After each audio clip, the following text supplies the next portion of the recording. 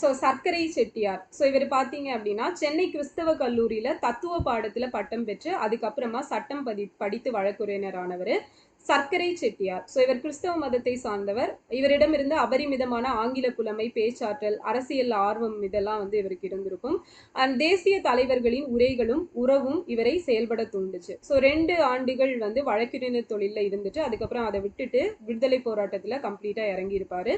1924லேருந்து 48 வரைக்கும் 24 ஆண்டுகள் சென்னை மாமன்ற உறுப்பினராக தொடர்ந்து பணியாற்றியிருப்பார். ஸோ அதே போல் இடையில 1941-42 ஆண்டுகளில் சென்னை மாநகராட்சியோட மேயராகவும் இருந்திருக்காரு. அப்போ இவர் ரொம்ப முக்கியமானவர், மேயராகவும் இருந்திருக்காரு. அண்ட் நேதாஜி காங்கிரஸ் தலைவர் பதவியிலிருந்து உள்கட்சி நெருக்கடியால் விலகிய காலகட்டம். ஸோ அந்த டைம் பீரியட்ல சென்னை மாநகருக்கு 1939ஆம் ஆண்டு வந்திருந்த நேதாஜி சுபாஷ் சந்திரபோஸுக்கு மாநகராட்சி சார்பில் அதிகாரப்பூர்வ வரவேற்பு பாராட்டு அளிக்கணும் அப்படிங்கிற தீர்மானத்தை இவர் தான் வந்து கொண்டு வந்திருப்பாரு. ஸோ நேதாஜி என்ன டேட்ல வந்திருப்பாரு? 1939 செப்டம்பர் 6ல வந்திருப்பாரு. யாரோட அழைப்பின் பேர்ல வந்தாரு? முத்துராமலிங்க தேவரோட அழைப்பின் பேர்ல வந்திருப்பாரு. சோ உள்கட்சி அரசியல் சூழலின் காரணமா காங்கிரஸ் கட்சி கவுன்சிலர்கள் கூட செட்டியாரோட முன்வழிவை வந்து ஏத்துக்கல. பிற கவுன்சிலர்களும் வெவ்வேறு காரணங்களை குறிப்பிட்டு அந்த தீர்மானத்தை எகெயின்ஸ்ட் பண்றாங்க. அனைத்து கவுன்சிலர்களும் உள்ளடங்கிய மாநகராட்சி கூட்டத்தில் நேதாஜியோட தியாகம், சேவையையும் தனது ஆற்றல் மிக்க உரையின் மூலம் உணர வைத்து தான் முன்மொழிந்த தீர்மானத்தை ஏகமனதா ஏற்க வச்சிருப்பாரு. மாநகராட்சியின் சார்பில் எழுச்சி மிக்க வரவேற்பு அப்படிங்கிறது கொடுக்கப்பட்டிருக்கும். 1907 தமிழ் மாகாணத்திலிருந்து சூரத் காங்கிரஸுக்கு பிரதிநிதியா சென்றவங்கள இவரும் ஒருத்தர், சர்க்கரை செட்டியார். ஸோ 1907 ஐஎன்சி செஷன் யாரு தலைமை தாங்கியிருப்பாங்க? ராஜ்பிகாரி கோஷ் வந்து தலைமை தாங்கியிருப்பாரு. வஉசி, பாரதி ஆகியோரின் அணுக தோழராக விளங்கிய சர்க்கரை செட்டியார் அவர்களை போலவே திலகரோட ஒரு தீவிர ஆதரவாளராக வந்து இருந்திருப்பாரு. சென்னையில பல்லாயிரம் தொழிலாளர்களை உள்ளடக்கிய பல தொழிற்சங்கங்களுக்கு தலைவராக விளங்கிய இந்த சர்க்கரை செட்டியார் தொழிலாளர்கள்ட்ட விடுதலை வேட்கையை வேரூண்ட செய்யும் வேள்வியில் இடையறாது தம்மை ஈடுபடுத்தி கொண்டார். ஸோ தமிழ்நாடு தொழிற்சங்க காங்கிரஸ் சார்பில் நடத்தப்பட்ட செட்டியாரோட 76வது பிறந்த நாள் விழாவில் பங்கேற்ற ராஜாஜி சர்க்கரை செட்டியார் தொழிலாளர்களின் தலைவர் மட்டுமல்ல தேசிய இயக்கத்தின் தலைவரும் ஆவார் அப்படின்னு சொல்லிட்டு இவரை பத்தி புகழ்ந்து சொல்லியிருப்பாரு. அண்ட் தேசிய இயக்கத்தில் அவர் தீவிரவாதி. காங்கிரஸ்காரர்கள் 1929ஆம் ஆண்டில் தான் ஜவஹர்லால் நேருவின் தலைமையில் இந்தியாவுக்கு பூரண சுதந்திரம் கேட்டார்கள். ஆனா இவர் பாத்தீங்க அப்படின்னா சர்க்கரை செட்டியார் பாத்தீங்கன்னா 1906லேயே பூரண சுதந்திரம் வேண்டும் அப்படின்னு சொல்லி கேட்டிருப்பாங்க. அத்தகைய தேசபக்தரை பாராட்டுவதில் நான் பெருமகிழ்ச்சி அடைகிறேன் அப்படின்னு சொல்லிட்டு ராஜாஜி வந்து இவரை பத்தி பெருமையா பேசியிருப்பாரு. பாரதியின் உற்ற நண்பரான செட்டியார் பாரதியோட உடல் தகனம் செய்யப்பட்ட இடத்தில் இரங்கல் உரையாற்றிய 4 பேரில் ஒருவர். ஸோ மொத்தமா பாரதியோட இறுதி ஊர்வலத்துல எத்தனை பேர் பார்ட்டிசிபேட் பண்ணியிருப்பாங்க? 14 மெம்பர்ஸ் வந்து பங்கேற்றாங்க.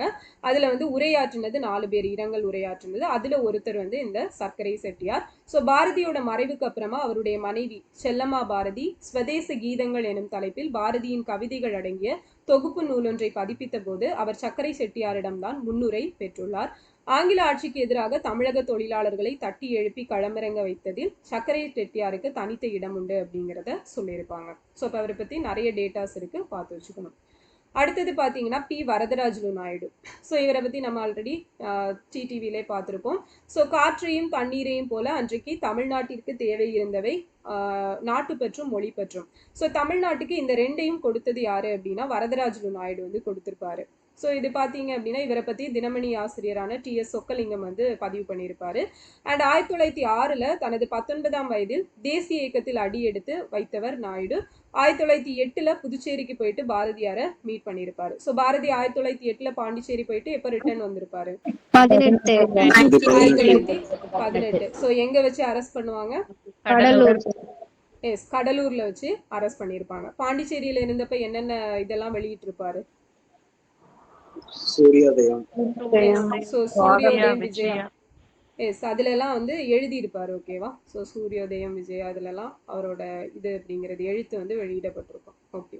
ஸோ நெக்ஸ்ட் பார்த்தீங்கன்னா 1916 பிரபஞ்சமித்திரன் இதழை விலைக்கு வாங்கி திருப்பூர்ல இருந்தவாறு நடத்தி வந்திருப்பாரு. ஸோ பிரபஞ்சமித்திரன் ஆக்சுவலா யாரோடது?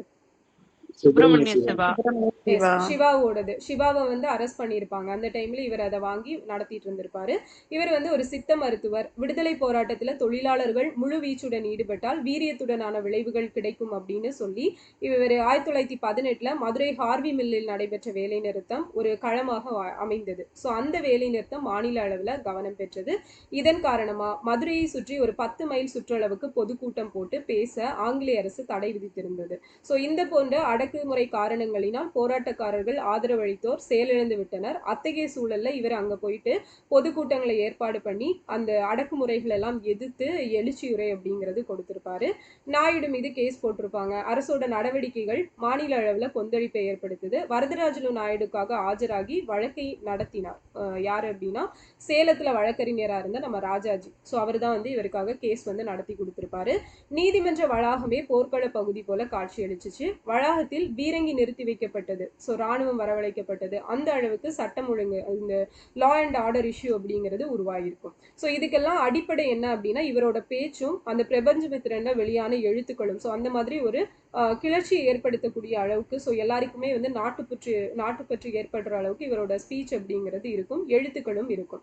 அப்ப நாயுடுக்கு ஒரு 18 மாத சிறை தண்டனை கொடுக்குறாங்க. பிரபஞ்சமித்திரன் 1000 ரூபாய் ஜாமீன் தொகை கட்டணும் அப்படின்னு சொல்லிட்டு தீர்ப்பாயிற்று. ஸோ நமக்கு வெர்னாகுலர் பிரஸ் ஆக்ட் எப்போ வந்திருக்கும்? 1878. ஸோ வெர்னாகுலர் பிரஸ் ஆக்ட் வந்து யாரு கொண்டு வந்தது? லிட்டன். ஸோ யாரு ரிமூவ் பண்ணது? ரிப்பன். ஓகேவா? ஸோ ரிப்பன் வந்து ரிமூவ் பண்ணியிருப்பார். ஸோ நெக்ஸ்ட் பார்த்தோம் அப்படின்னா மேல்முறையீட்டில் 1881 ரிமூவ் பண்ணியிருப்பாங்க.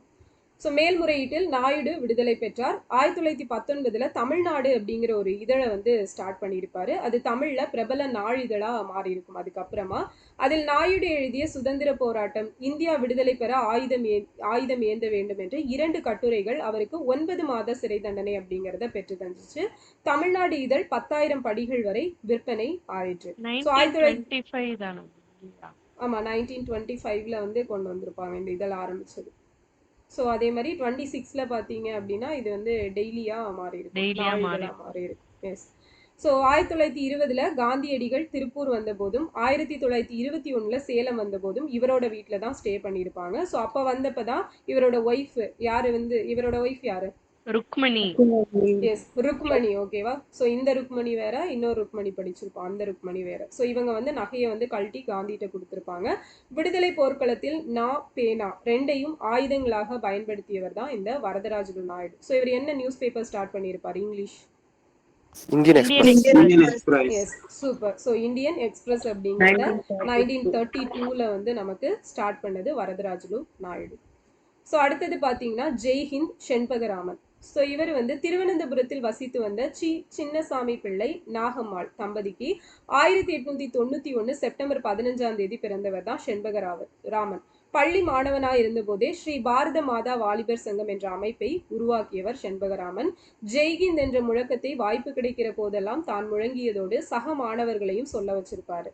திருவனந்தபுரத்தில் இருந்த ஜெர்மன் நாட்டு உளவாளியும் தாவர உயிரியல் ஆய்வாளருமான சர் வால்டர் வில்லியம் ஸ்ட்ரிக்லாண்ட் என்பவருக்கு செண்பகராமனோட தேசபக்தி, தனித்திறன், ஸோ இதெல்லாம் அவருக்கு வந்து அவர் அதை வந்து உணர்றாரு. இவருக்கு வந்து நிறைய பேட்ரியாட்டிசம் இருக்கு அப்படிங்கிறது அவருக்கு தெரியுது வெளிப்படையா. ஸோ செண்பகராமனையும் அவரின் இணைப்பெரியா நண்பன் பத்மநாபனையும் ஜெர்மனிக்கு கப்பல் மூலமா அழித்துட்டு போயிருப்பாரு இந்த வில்லியம். ஸோ அப்போது செண்பகராமனுக்கு வயசு 17. ஜெர்மனியின் தலைநகரான பெர்லின் நகரில் உள்ள பல்கலைக்கழகத்துல பொறியியல் ஆய்வு படிப்பு வரை படிக்க வச்சு டாக்டர் பட்டமும் பெற வைத்தது இந்த ஸ்ட்ரிக்லாண்ட் அப்படிங்கிறவர் தான். கூட்டிட்டு போயிட்டு படிக்க வைக்கிறாரு. அண்ட் இந்தியாவில் நடைபெற்று வந்த விடுதலை போராட்டம் பற்றி ஜெர்மன் மக்களிடையே தொடர்ந்து சொற்பொழிவு கொடுத்தாரு. இந்திய புரட்சிக்கு அமெரிக்கால இருந்து களம் அமைத்து பின்னர் ஜெர்மனி வந்துவிட்ட புரட்சியாளர் ஹர்தயாளுடன் செண்பகராமனுக்கு நெருங்கிய தொடர்பு அப்படிங்கிறது ஏற்படுது. ஸோ லாலா ஹர்தயாள் எதோடு தொடர்புடையவர்? கதார் பார்ட்டி இல்லையா? ஸோ அதோட தொடர்புடையவர். அப்ப இந்த கதார் பார்ட்டியோட தலைவர் யாரு? ஃபர்ஸ்டா அந்த சோஹன் சிங் பக்னா. ஓகேவா? எஸ், சோஹன் சிங் பக்னா அப்படிங்கிறவரு தலைவரா வச்சு ஸ்டார்ட் பண்ணியிருப்பாங்க. எஸ், சோஹன் சிங் பக்னா. ஸோ பர்கானா இவர் வந்து எப்போ ஸ்டார்ட் பண்ணாங்க? எந்த வருஷம்? 1913 1913 வந்து ஸ்டார்ட் பண்ணியிருப்பாங்க. ஸோ இது பாத்தீங்கன்னா கதார் அப்படிங்கிற ஒரு புரட்சி இதழும் வெளியிடப்பட்டிருக்கும். அதோட ஒரு விளைவு தான் இந்த கதார் இயக்கம் அப்படின்னு சொல்லிட்டு இது வந்து ஒரு பிஒய்க்குள்ள கேட்டிருந்த கொஸ்டின். ஓகேவா? ஸோ இந்த கதார் இயக்கத்துக்கு பேர் எப்படி வந்துச்சு அப்படின்னா இது ஒரு ஜஸ்டிஸ் இதழ் பார்ட்டி மாதிரியே. வெளியிடப்பட்டது. எஸ், ஜஸ்டிஸ் பார்ட் மாதிரியே இது ஒரு இதழ் வெளிவந்திருக்கும். அந்த இதழ்னால தான் இந்த இயக்கத்துக்கு கதார் அப்படிங்கிற பேர் வந்துச்சுன்னு ஒரு கொஸ்டின் கேட்டிருந்தாங்க. அப்ப ஹர்தயாளோட செண்பகராமனுக்கு நெருங்கிய தொடர்பு ஏற்படுது. அவர் மூலம் ஜெர்மனியின் மாமன்னர் கெய்சரின் மிகுந்த நட்புக்கும் நம்பிக்கைக்கும் பாத்திரமா இருந்திருப்பாரு. ஜெர்மன் ராணுவத்தில் சிப்பாயாக சேர்ந்து தளபதியானவர் செண்பகராமன். ஸோ இந்தியர் ஒருவர் ஜெர்மன் ராணுவ பிரிவினிற்கு தளபதியானது அதுதான் முதல் முறை. கப்பற்படையிலும் சேர்ந்தார். அந்த சமயத்தில் முதலாம் உலக போர் வந்து ஏற்படுது. அண்ட் எம்டன் நீர்மூழ்கி கப்பல்ல கப்பற்படை தளபதியுடன் வந்து சென்னையில வெள்ளையரின் சென்ட் ஜார்ஜ் போர்ட் மேல குண்டு பொழிய வைத்தவர் செண்பகராமன். ஓகேவா? ஸோ எம்டன் கப்பல் ரொம்ப ரொம்ப முக்கியமானது. ஸோ அதனாலதான் இவரை எம்டன் செண்பகராமன் அப்படின்னு சொல்லிட்டு சொல்லுவாங்க. ஸோ இந்தியாவுக்கு விடுதலை கிடைக்க உலக மக்களின் ஆதரவை பெறும் நோக்கில் சர்வதேச இந்திய ஆதரவு குழு அப்படிங்கிற ஒரு அமைப்பை வந்து ஸ்டார்ட் பண்றாரு. ப்ரோ இந்தியா அப்படிங்கிற இதழ ஆங்கிலம், ஜெர்மன் ஆகிய 2 மொழிகள்ல நடத்தியிருப்பாரு. ஸோ அப்ப இது முக்கியம். ப்ரோ இந்தியா அப்படிங்கிறது யாரோடது அப்படின்னா செண்பகராமன் அவர்களோடது. ஸோ எந்தெந்த மொழிகள்ல நடத்தினாருன்னு பாத்துக்கணும். ஜெர்மன்லையும் ஆங்கிலத்திலையும். உலக அளவிலான இந்திய புரட்சியாளர்கள் பலருடன் நெருங்கிய தொடர்பில் இருந்தார். மேடம் பிகாஜி காமாவோட தோழமை இவரோட விடுதலை உணர்ச்சியை கூர்மைப்படுத்தி இருக்கும். ஸோ பிகாஜி காமா வந்து எங்க வச்சு தேசிய கொடியை ஏத்துனாங்க? நம்ம ஜெர்மனில வச்சுதான் நம்மளோட தேசிய கொடியை ஏத்திருப்பாங்க. ஸோ இந்திய தேசிய தொண்டர் படையை அமைத்தவர் செண்பகராமன். வியன்னாவில் நேதாஜியை சந்திச்சாரு. எவரை சந்தித்த போதும் கூட்டங்களிலும் ஜெய்ஹிந்த் என்ற முழக்கத்தை உச்சரிப்பதை வழக்கமாக கொண்டிருந்தார் செண்பகராமன். பின்னர் ஒரு கட்டத்தில் இந்திய தேசிய ராணுவம் உருவாக செண்பகராமனின் தொடர்ந்த அயலக முயற்சிகளும் ஒரு ஃபண்டமெண்டல் ரீசனா வந்து இருக்கும்னு சொல்லியிருப்பாங்க. INI, இந்தியன் நேஷனல் ஆர்மி உருவாகிறதுக்கு காரணம். 1934 தனது 43வது வயதுல இறந்து போறாரு. செண்பகராமன் அவரது விருப்பப்படி அவரது அஸ்தி சில பல காரணங்களால் 32 வருஷம் கழிச்சு இந்திய மண்ணில் திருவனந்தபுரத்தில் உள்ள கரமனை அப்படிங்கிற ஆற்றுல வந்து கரைக்கப்பட்டிருக்கும் அப்படிங்கிறத சொல்லியிருப்பாங்க. ஸோ இவரும் நமக்கு ரொம்ப இம்பார்ட்டன்டான ஒரு பர்சன். ஸோ அடுத்தது சொல்லுங்க. இந்திய தேசிய இவர் வந்து ஃபவுண்டர் ஆஃப் பாரத் மாதா வாலிபர் சங்கம் இருக்குல்ல மேம், வாஞ்சிநாதன் தானே மேம்? வாஞ்சிநாதன் அவங்கள தானே? பாரத மாதா வாலிபர் சங்கம் தான் இவங்க. அது வந்து பாரத மாதா சங்கம் வந்து அவங்க. வாலிபர் சங்கம் அப்படிங்கிறது இவங்க. ஸோ வெறும் சங்கம்னு கேட்டா அவங்க. ஓகே. சோ அடுத்தது பாத்தீங்க அப்படின்னா நீலகண்ட பிரம்மச்சாரி, அதுல வாஞ்சிநாதன் இருந்திருப்பாரு அப்படித்தானே? ஆமா, நீலகண்ட பிரம்மச்சாரிய அவரை போயிட்டு மீட் பண்ணியிருப்பாரு. சோ அதுல வந்து ஒன் ஆஃப் தி மெம்பரா இருந்தவர் வாஞ்சிநாதன். இந்த காளிக்கு வந்து விரல வெட்டி ரத்தம் கொடுக்கு அதுதானே மேம் பாரத மாதா சங்கம்? ஆமா. ஓகே. சோ நெக்ஸ்ட் யாருக்கு வைஸ் பிரசிடென்ட்டா இருந்திருப்பா? வாஞ்சிநாதன். கரெக்ட் தானே? Okay. So Salem C Vijayaraghavachari. Chengalpattu மாவட்டம் மதுராந்தகம் அருகில் உள்ள பொன் விளைந்த களத்தூரை சொந்த ஊராக கொண்ட சி விஜயராகவாச்சாரி. ஓகேவா? சென்னை மாநில கல்லூரியில பட்டம் பெற்று அதுக்கப்புறமா சேலம் நகரவை கல்லூரியில பணியாற்றி இருப்பாரு. இவருமே ஒரு வழக்கறிஞர் தான். சேலத்தையே வசிப்பிடமாக்கி கொண்டார். பொதுப்பணிகளில் மிகவும் நாட்டம் கொண்ட விஜயராகவாச்சாரி 1895 சென்னை மாநில கவுன்சில் உறுப்பினரா தேர்ந்தெடுக்கப்படுறாரு. வெள்ளையர் இயற்றிய பழைய சட்டங்கள்ல நிறைய மாற்றங்களை ஏற்படுத்துவதற்கு அன்றைய மாநில கவுன்சில் மூலம் இவரோட பங்களிப்பு அப்படிங்கிறது ரொம்பவே இருந்திருக்கும். 1913 இவர் டெல்லி மத்திய சட்டப்பேரவை உறுப்பினரா தேர்வு செய்யப்படுறாரு.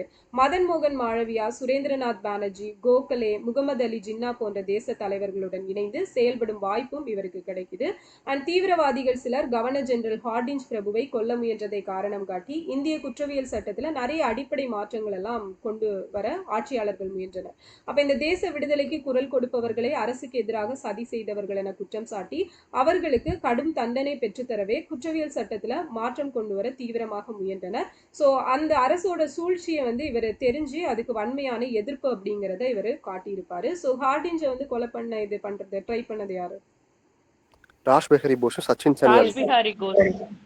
பிகாரி கோஷ், சச்சின் சன்யால். ஸோ இன்னும் ரெண்டு பேர் கூட வருவாங்க. ஓகேவா? அதுல ராஷ் பிகாரி கோஷ் தவிர்த்து மற்ற 2 பேருக்கும் தண்டனை அப்படிங்கிறது கொடுக்கப்பட்டிருக்கும். ஏன்னா இவர் வந்து பின்னாடி இருந்து செயல்பட்டு இருப்பாரு. பட் அதை செயல்படுத்தினது வந்து அந்த 2 பேரும் தான் செயல்படுத்தி இருப்பாங்க.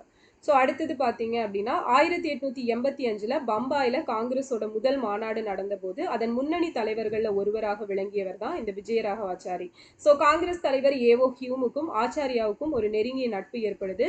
1887 சென்னையில நடைபெற்ற காங்கிரஸ் மாநாட்டில் கட்சியின் அமைப்பு விதிகளை உருவாக்கியவர்கள்ல இவர் ரொம்ப ரொம்ப முக்கியமானவர். 1899 காங்கிரஸோட கொள்கை பரப்பு குழுவுல இவர் இருக்கிறாரு. அண்ட் தென்னாப்பிரிக்க இந்தியர்களோட பிரச்சனைகளை இந்தியாவின் கவர்னர் ஜெனரலோட எடுத்துரைக்கும்படி ஆச்சாரியருக்கு காந்தியடிகள் நிறைய லெட்டர்ஸ் எல்லாம் எழுதியிருப்பாரு. அப்போ 1916 நடைபெற்ற லக்ஷ்மணபுரி மாநாட்டிலும் 1919 ஜாலியன் வாலாபாக் சம்பவத்துக்கு அப்புறமா அமிர்தசரஸில் நடைபெற்ற காங்கிரஸ் மாநாட்டிலையும் இவர் பார்ட்டிசிபேட் அப்படிங்கிறது பண்ணியிருப்பாரு. அதுக்கப்புறம் 1920 நடந்த ஐஎன்சி செஷன், நாக்புரி காங்கிரஸ் செஷனோட தலைவரா இவர் தேர்வு செய்யப்பட்டாரு. இவ்வாறு காங்கிரசின் தொடக்க காலத்திலிருந்தே அதன் அகில இந்திய தலைவர்களில் ஒருவராக விளங்கிய ஆச்சாரியார் 1944 மறைகிற வரை ஆங்கில ஆட்சிக்கும் அவர்களோட அடக்குமுறை கொள்கைகளுக்கும் எதிராக இடைவிடாது இயங்கி வந்துள்ளார். ஓகேவா? ஸோ இதுல விஜயராகவாச்சாரியார் வந்து எழுதுவாரு அப்படிங்கிறத பத்தி எங்கேயுமே கொடுக்கல. ஸோ இவரோட முழு நோக்கம், இவரோட முழு ஃபோக்கஸ் வந்து அந்த அரசியல் அப்படிங்கிறதுல தான் இருந்திருக்கும். ஸோ அது சார்ந்த விஷயங்கள் தான் இவர் பண்ணியிருப்பார். ஓகேவா? ஸோ இனிமேல் விஜயராகவாச்சாரியரையும் வீரராகவாச்சாரியையும் குழப்பிடாதுங்க.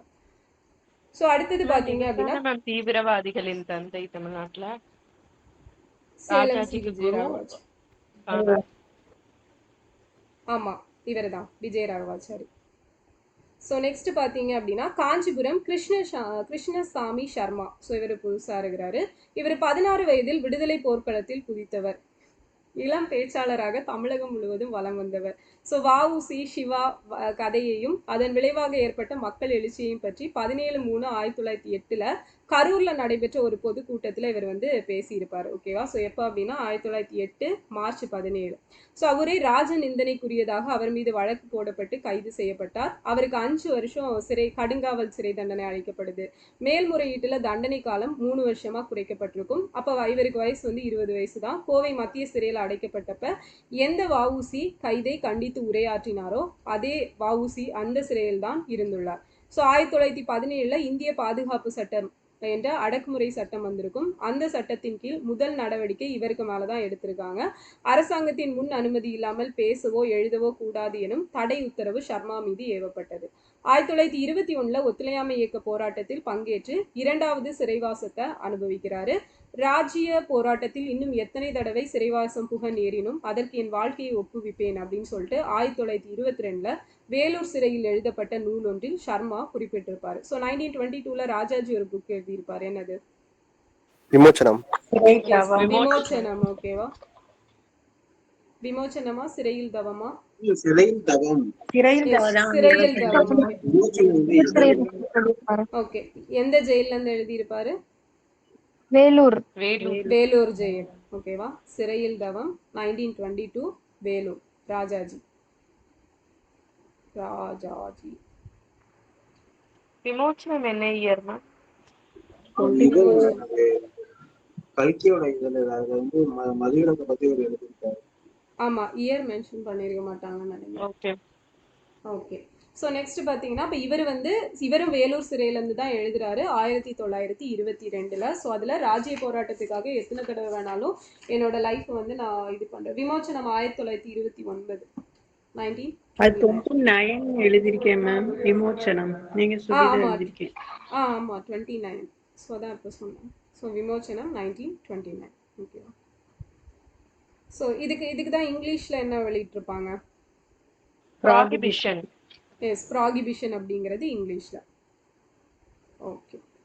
ஸோ அடுத்தது பார்த்தோம்னா சர்மாவோட அரசியல் எழுத்து பணி 1916 தொடங்குச்சு. ஸ்வதர்மா அப்படிங்கிற ஒரு துண்டறிக்கை, அந்த ப்ரௌச்சர் மாதிரிப்பட்டதை 20/3/1916 5000 படிகள் அச்சிட்டு, ஸோ 5000 காப்பி எடுத்து மக்கள்கிட்ட கொடுக்குறாரு. நெப்போலியன், மாஜினி, இந்தியா இழந்த தனம், அசோக சக்கரவர்த்தி, கும்ப மகாராசா, ராஜரிக சாஸ்திரம், திலகர் ஜீவிய சரித்திரம் ஆகிய 7 நூல்களை சிறையிலிருந்து எழுதியிருக்காரு. அப்போ இந்த நூல்கள் எல்லாம் யாரோடது அப்படிங்கிறது தெரியணும். ஸோ இதெல்லாம் பார்த்துக்கோங்க. அசோக சக்கரவர்த்தி, கும்ப மகாராசா, ராஜரிக சாஸ்திரம், திலகர் ஜீவிய சரித்திரம். ஓகேவா? திலகர் ஜீவிய சரித்திரம் யார் எழுதுனதுன்னா நம்ம சர்மா தான் எழுதியிருக்காரு.